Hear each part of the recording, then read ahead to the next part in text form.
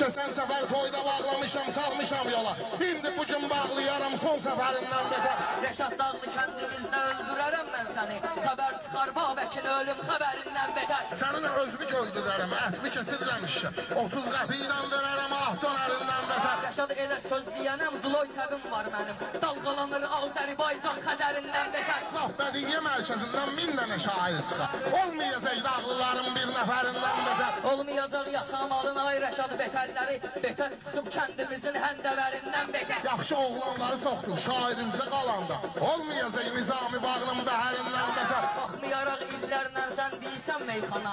Olmarsan bədihənin bəxtəvərindən betər. Bir yasamal şairinin qədər vardı sözümüz. Sizin ümumi bədiyyə məktəbin qədərindən beter. Yaxşı kalamlardan məndə betər gözləyin. Gözləməyin dağlıların gizbəsərindən betər. Bundan sonra 50 ildə qanqalov deyəsən sən. Olmayacaqsan sənətin mötəbərindən. Mənimlə düdünsə korlanar halım. Sən uşaqsan yer gəlsin ağsaqqalım. Sən kimsən ki tez göstərim sənə.